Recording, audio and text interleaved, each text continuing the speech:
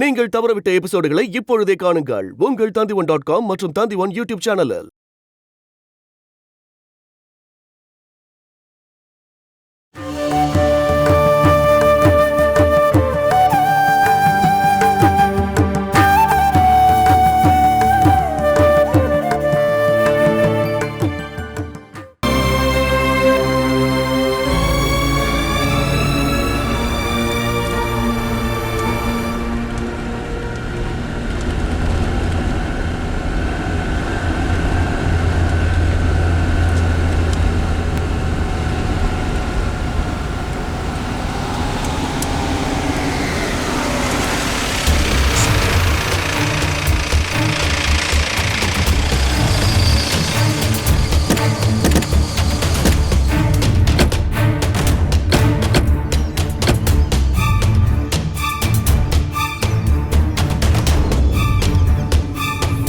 அதோ அந்த குடிசை தான் அந்த வீடு.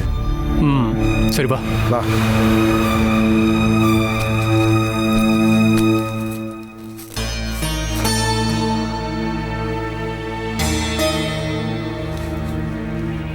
அப்பாக்கு மருந்து எடுத்து வச்சிட்டீங்களாக்கா? வீட்டில் யார் இருக்கா?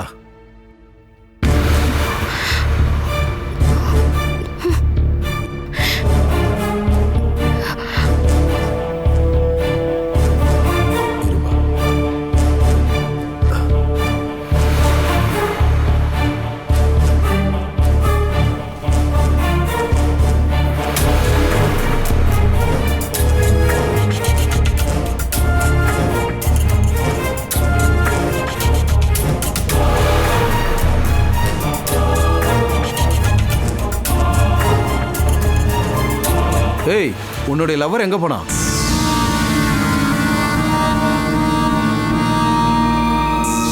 யாருக்கா?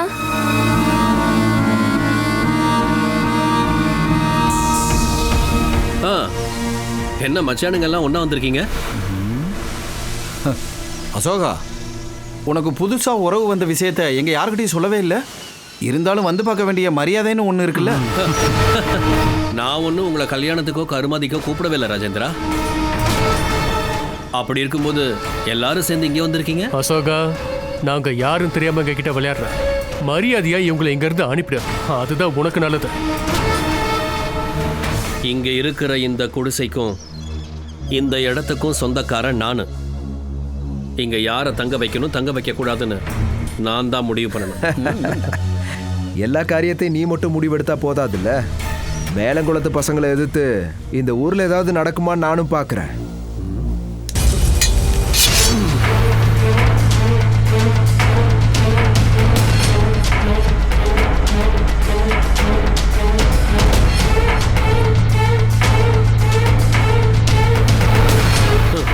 என்னடா அப்படியே நின்னுட்ட?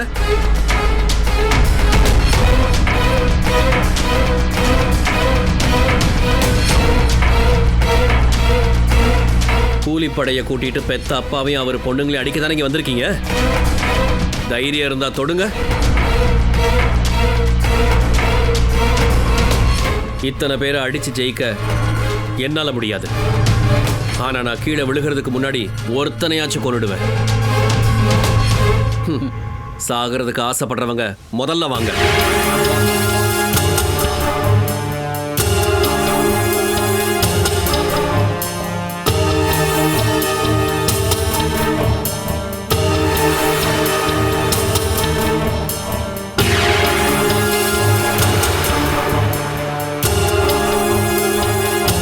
மேலங்குளத்திலிருந்து துரத்தி விடப்பட்ட நாய்க்கும் கோழிக்கும் ஏன் இடத்துல சாப்பாடு கொடுக்க கூடாதுன்னு எந்த புக்கில் எழுதி வச்சிருக்கு மகேந்திரா? அசோகா, தேவையில்லாம பேசிக்கிட்டு இருக்காத. ஒரு தடவை முடிவெடுத்துட்டா அது எப்படி நடந்துக்கிறதுன்னு எங்களுக்கும் தெரியும். நடத்தி காட்டுங்கடா. உன் வீட்லேயோ உன் கம்பெனிலேயோ நீ நினைச்ச மாதிரி நடத்தி காட்டிக்கோ. ஆனா இங்க வேண்டாம். ஆமா, நீங்க இப்படி நடந்துக்கிறதுல என்ன நியாயம்டா இருக்கு? உங்க அப்பாவை நீங்க வீட்டுக்குள்ளே விடல. அது மட்டும் இல்லாம அவங்க இந்த ஊர்ல ஒரு நாள் கூட தங்க கூடாதுன்னு சொல்லிட்டு இருக்கீங்கல்ல.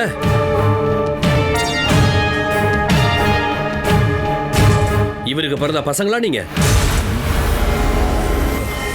இல்ல வேற யாருக்கோ?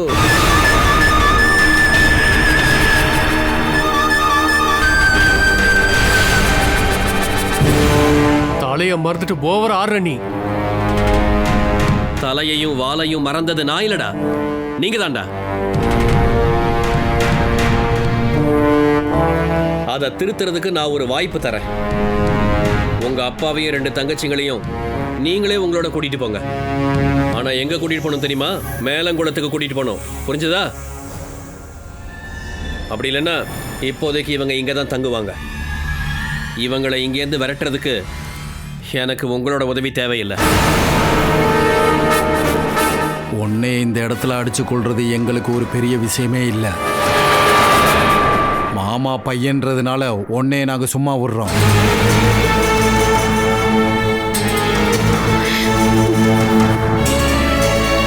இல்லைன்னா நீ என்ன கொண்டு போட்டுருவியா என்ன? அசோகம் மேல கைய வச்சா என்ன நடக்கும்னு தெரியும்ல? தேவையில்லாம பேசாதடா அசோகா. உனக்கு என்ன வேணுமோ அது கிடைக்கும். ஓ, அது என்னன்னு சொல்லு. வாங்க வேண்டியதை மேலங்குளத்துக்கு வந்து நானே வாங்கிக்கிறேன். இதை நீ மட்டும் அனுபவிக்க போறதில்ல. உன் குடும்பத்தில் இருக்கவங்க எங்க கையால தானே சாப்பிட்றாங்க.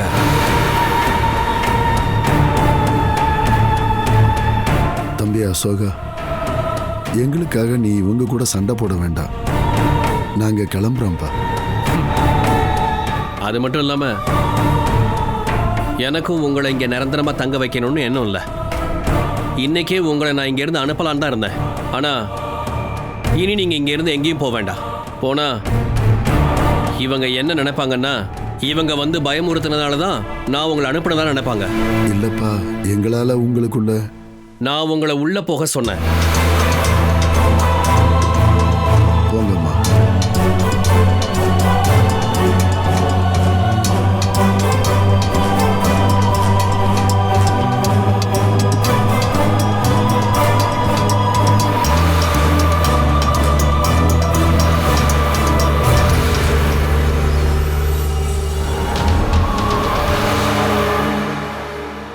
ஃபேக்ட்ரியில் வேலை செய்கிற 3 பேரை கூட்டிகிட்டு போயிருக்காங்க.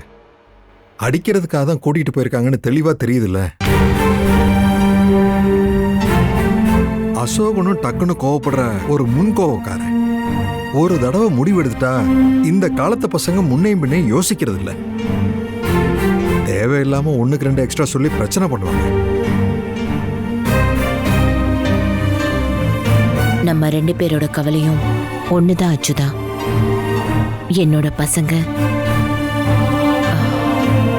குழந்தைங்க சின்னவங்களா இருக்கிறப்ப என்ன நினைப்போம்னா, இவங்க வளர்ந்ததும் எல்லா பிரச்சனையும் முடிஞ்சிரும்னு நினைப்போம். அவங்க வளர்ந்து சொந்த காலில் நிக்கிறப்போதான் நம்ம கை நழுவி போயிடுவாங்க. அதுக்கப்புறம் அவங்க பண்ற பிரச்சனைக்கு பின்னாடி நம்ம போக ஆரம்பிச்சிருவோம் அச்சுதான். எல்லா பெத்தவங்களோட விதியும் இது மட்டும்தாக்கா.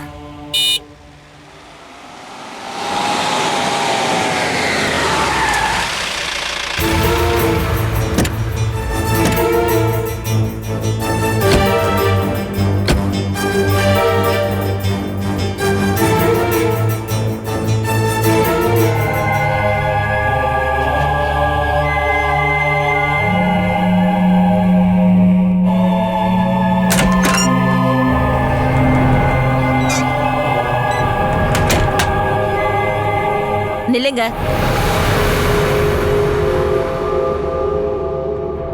நீங்க ஏன் இப்ப தேவையில்லாத வேலையை பண்ணிட்டு இருக்கீங்க?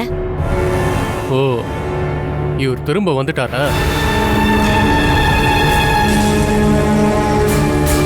அதனால தானே அவருக்கு எந்த போஸ்டிங்கும் இல்லாம கம்பெனியில சம்பளம் கொடுத்து வேலைக்கு வச்சிருக்காங்க.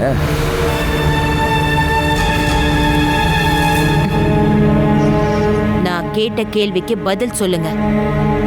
நீங்க ஃபேக்டரியில வேலை செய்யற ஆட்களை கூட்டிட்டு போய் அவங்கள மிரட்டிட்டு வந்தீங்களா? நாங்க யாரையுமே மிரட்டிட்டு வரல.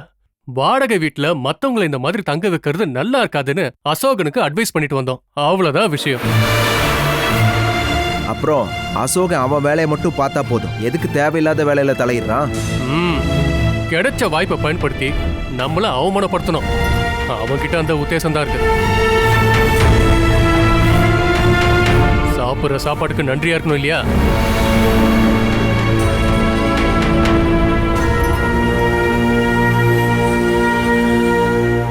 வரேன்னு சொன்னதுமே அவங்க போயிட்டாங்களா?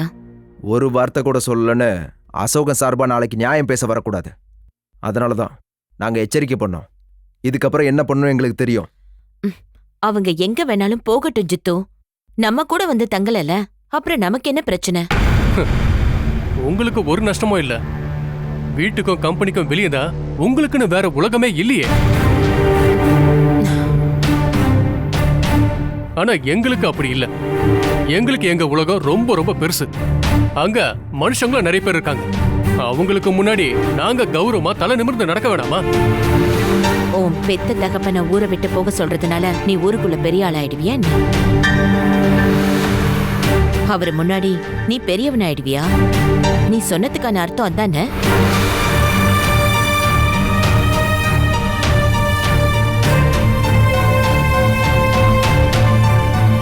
அர்த்தங்களையும் எண்ணங்களையும் தேடுறதுக்கு அது நிறைய இருக்குமா? கடந்த 21 வருஷமா தொலைஞ்சு போன அந்த பாவக்கரங்களை வீட்டுக்குள்ள வர வச்சு எங்களை அவமானப்படுத்தணுமா? அந்த மனுஷன் எனக்கு மட்டும் தானே பாவம் பண்ணிட்டாரு, உங்களுக்கு எதுவும் பண்ணலல்ல? பண்ணிருக்காரா?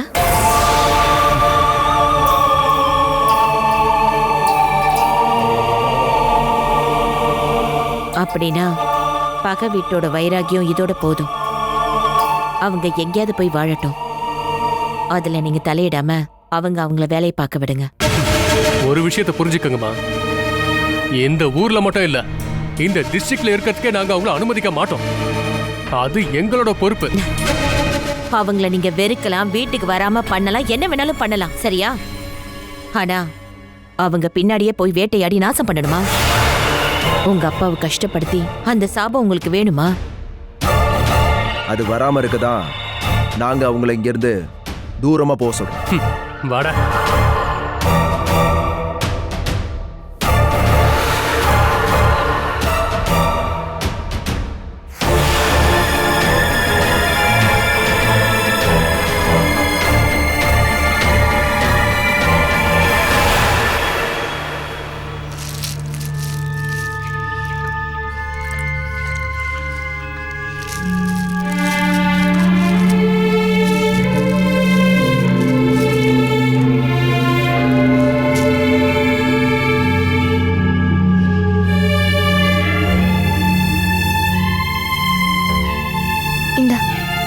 சாப்பிடுமா.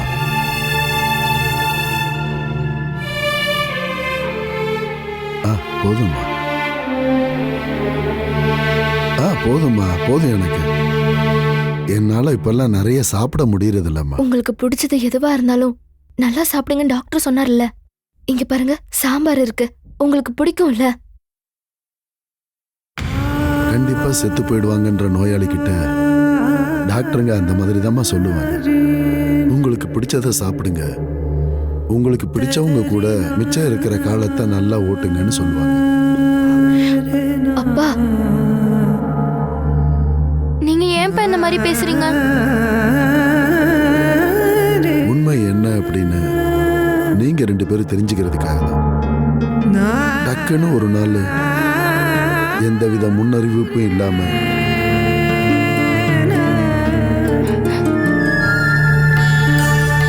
என் பொண்ணுங்களால அதை தாங்கிக்க முடியுமா? அப்பா, நீங்க சாப்பிடுங்கப்பா. சாப்பிட உட்காரும் போதுதான் இந்த மாதிரி பேசுவீங்களா என்ன?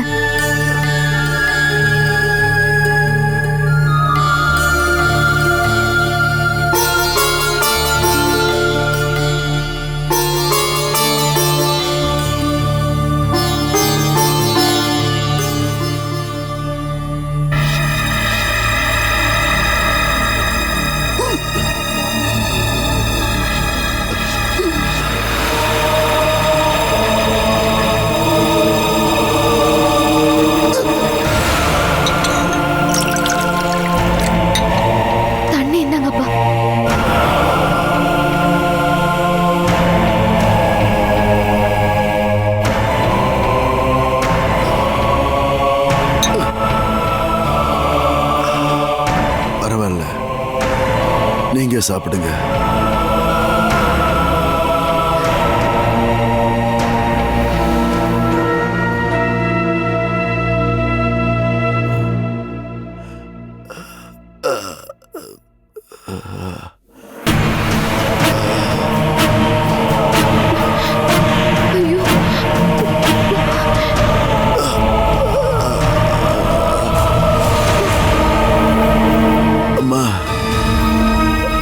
பொட்டியில இருந்து வலிக்கான மாத்திரை எடுமா.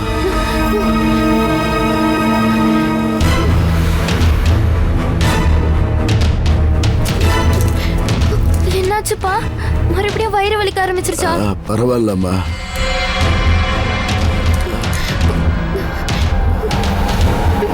அப்பா அப்பா நாங்கப்பா.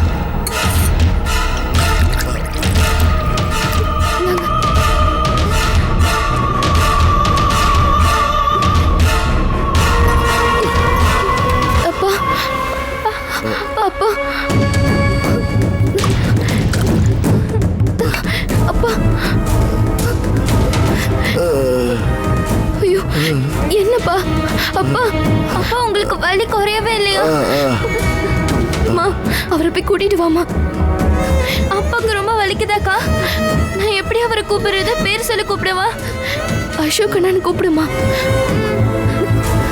அசோக் அண்ணா, அசோக் அண்ணா. அப்பா அப்பா அப்பா அப்பா அப்பா அப்பா அப்பா. அசோக் அண்ணா, அசோக் அண்ணா, அசோக் அண்ணா, அசோக் அண்ணா, அசோக் அண்ணா, அசோக் அண்ணா, அசோக் அண்ணா, அசோக் அண்ணா. என்னாச்சு? என்னாச்சு? அப்பாக்கு உடம்பு முடியல. எழுந்துருங்கப்பா. அப்பா என்னாச்சு? என்னாச்சு? அடிக்கடி அவருக்கு இப்படி ஆகும். மாத்திரை சாப்பிட்டா சரியாயிடும் அப்பா. ஆனா இப்ப மாத்திரை சாப்பிட்டதுக்கு அப்புறமும் மெதுவா எந்திரிங்க. மெதுவா. அப்பா நடக்க முடியுமா? வாங்க, நான் பிடிச்சுக்கிறேன். வாங்க வாங்க. மெதுவா மெதுவா. அப்பா அப்பா.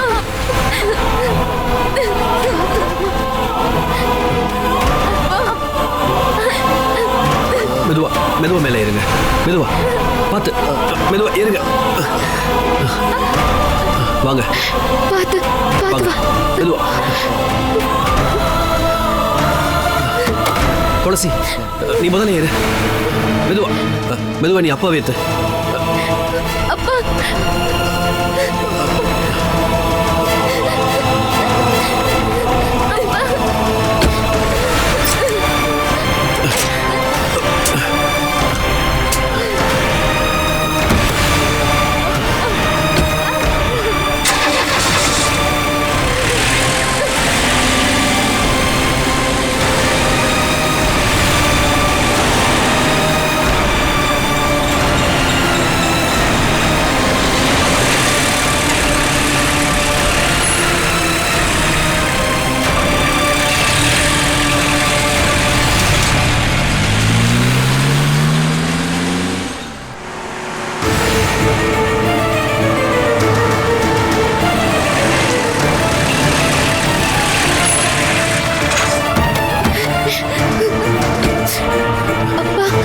பொறுமையா இறங்குங்க. பார்த்து இறங்குங்க. மெதுவா மெதுவா பிடிச்சுக்கோங்க. பார்த்து வா. ஹலோ, ஒரு ஸ்ட்ரெச்சர் கொடுங்க சீக்கிரம்.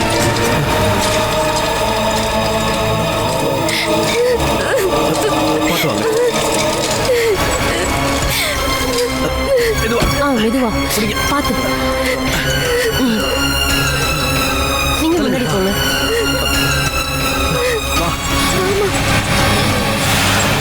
வாங்க ரெண்டு பேரும்.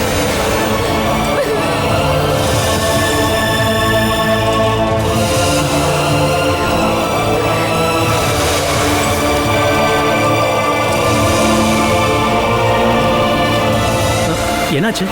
ஆக்சிடென்ட்டா? இல்ல டாக்டர், திடீர்னு இவருக்கு உடம்பு முடியாம போயிடுச்சு. இவருக்கு ஏதாவது நோய் இருக்கா என்ன? ஆமா. என்ன பிரச்சனை? இதுக்கு முன்னாடி ட்ரீட்மெண்ட் எடுத்த ரெக்கார்ட்ஸ் இருக்கா? இருக்கு. எங்க காட்டுங்க. கொண்டு வரல. இருந்தாலும் பேஷண்ட் கொண்டு வந்துட்டீங்களே, இதுவே ரொம்ப பெரிய விஷயம்.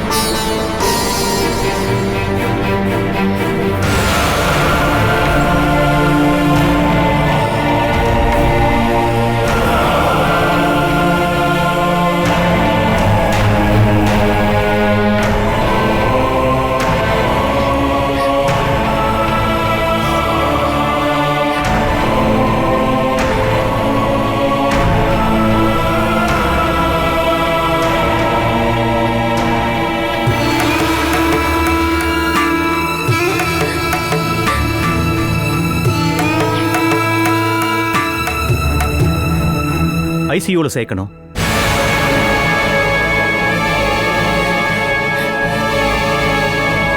ஸ்கேனிங் அண்ட் பிளட் டெஸ்ட் எல்லாம் எடுத்தாகணும்.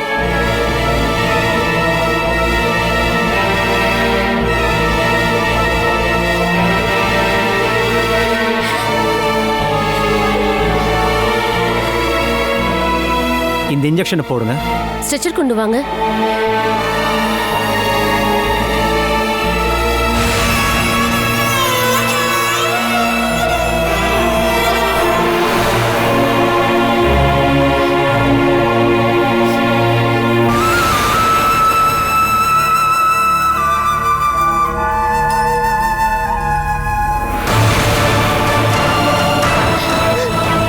பார்த்து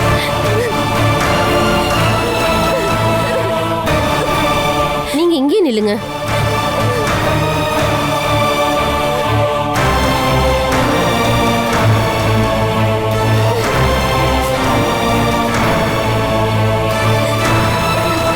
இது ஆபரேஷன் தியேட்டரா?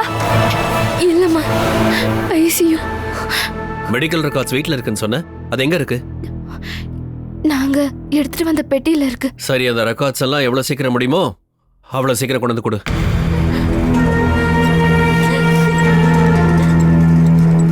இல்லைன்னா ஹாஸ்பிட்டல்ல தலைமுடியிலேருந்து கால் நகை வரைக்கும் ஒவ்வொரு டெஸ்ட் எடுப்பாங்க. அது கஷ்டமாயிடும். எல்லாத்துக்கும் பணம் நான் தான் ரெடி பண்ணணும். உன்னால முடியலன்னா சொல்லு, நான் போய் கொண்டு வரேன். அது நிறைய ரெக்கார்ட்ஸ் இருக்கு. அப்பாவோடது, துளசியோடது, அம்மாவோடது. நான் ஒரு டிகிரி ஹோல்டர் தான். இங்கிலீஷ் எல்லாம் எனக்கு நல்லா தெரியும். உன் அப்பா அம்மா துளசியோட பேரெல்லாம் எழுதியிருக்கிறது இங்கிலீஷ்ல தானே, இல்ல அரபிலையா? நான் போய் எடுத்துட்டு வரேன். எப்படி போவ? பறந்தா?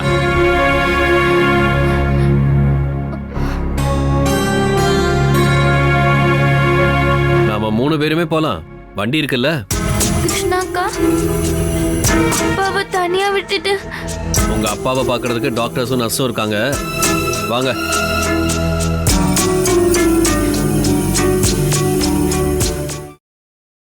Catch us on TV, Tandivan.com, Facebook and YouTube.